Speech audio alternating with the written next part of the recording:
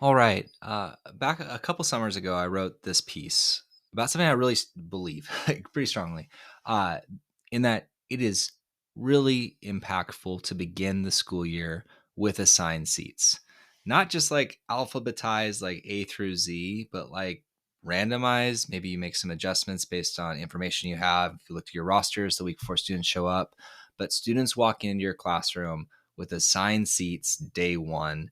And I'll make the case pretty much through the year. We have some adjustments to that in different lessons, but I'm a believer that assigned seats are essential to building community. And I made the case in this piece that I wanted to come back to in this video 2 years later and just kind of talk through my thinking about the reasons why I am such an advocate for assigned seats. First and foremost, like I tend to believe that structure is underrated in our schools. And I think there are folks who believe very much and authentically in flexibility and student agency and all these things. And they believe that by putting structure in the classroom, like assigned seats, you are taking that away. And paradoxically, I think that a lack of structure limits flexibility as a teacher, way beyond assigned seats, but also with them. But and by putting in structures that students can lean upon, you now open the door to so many other things that more substantively allow students to access their agency, to have creative different opportunities to talk with each other throughout the day. And I would argue that structure ends up leading to more creativity and collaboration. And if you don't have it, sometimes even if it's well intended, that lack of structure ends up being something that can get in the way of the classroom community being what it needs to be. My second reason is about community, and it's driven by this wanting to build community. If you let students just sit with who they want to sit with, and I work in a school of 2,000 students, they're not going to get to know each other. They're going to sit next to the people that they want to sit next to.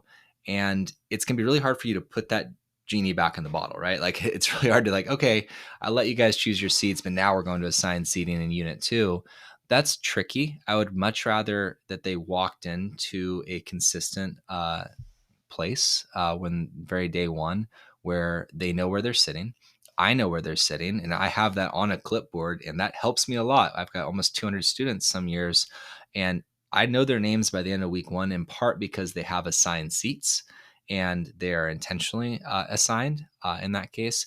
And we do other structures, such as they write down the names of their classmates. We have a roster. You can see a picture of it on the screen, along with their top values. So we are taking steps to build community. That's part of my priority as a teacher, especially in that opening stretch of weeks. Assigned seats help me do that better. I don't know how to say it other than it is hard to build whole class community without them in my experience, and it is really something that helps me be more sustainable in building and promoting community over time. The third thing is, and this is where I feel pretty strongly about this, is it's better for individual students. And especially the students who aren't always the most outspoken. Like, yes, you're going to get those students who are like, I wish I could sit next to so and so. And they're, I don't like having assigned seats. The vocal student doesn't always speak for everyone. I've had many students who've come up to me and said, thank you for giving me a like a assigned seat, because the first week of school is so stressful that they have to like have that anxiety of where do I sit in every single class they go into. They have that anxiety of who am I sitting next to today? Who's going to sit next to me? And by assigning that and then creating space for feedback, it's just better for a lot of students, especially the ones who don't always get advocated for. Not to mention those outspoken students. By the end of the year, they kind of understand why, and I explain all these reasons when I talk to students too. I'm not just like these secrets sharing in this video. I tell students, here's why we're doing assigned seats. When I add in then, hey, you have some students who have legal plans that say like they have to sit in certain parts of the room, you can make more moves more supportively when they're in assigned formations than if they aren't. Because if you have a few students who have to sit certain spots, but then you have open seating, now you've got a tricky situation. And then also, you can ask for feedback. You saw a survey there. Like, I asked students how it's going. They can put preferences in of who they'd like to sit next to in upcoming units. And, based on what I've seen, I try to honor them. And my goal is honestly that they sit next to every single student in a small group or partnership over the year. I try to switch it up about every 3 to 4 weeks. Uh, Again, randomized, but also some intentionality mixed into that randomization. But you can still respond to their feedback. Students might say, hey, I can't see as well from this part of the room. Hey, I really appreciate being close to the door. I don't like to sit next to so and so. You can be responsive to feedback and still have assigned seats. And I think sometimes that is a misconception around them.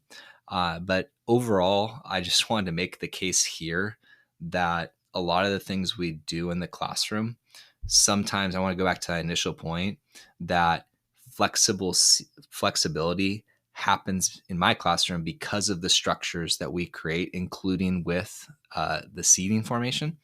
And I know that there are many teachers who have many other ways of being successful with this. I'm not trying to diminish that. I love hearing from others on this. But when it comes to building a foundation for the community in our classroom, yes, you have to have the collaborative activities. Yes, you have to be intentional about being responsive to student feedback, but you also have to have a structure.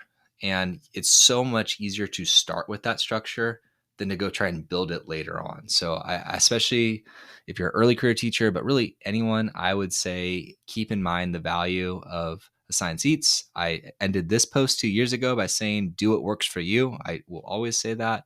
But I also just want to make sure I emphasize that it's worth considering what you're missing out on as a teacher, but also what your students are missing out on in terms of the potential community that can be built over the course of a school year if you're not assigning them where to sit and intentionally mixing that up over the course of the year and building collaborative activities into it. So anyhow, if you have any feedback, please feel free to leave it on the video.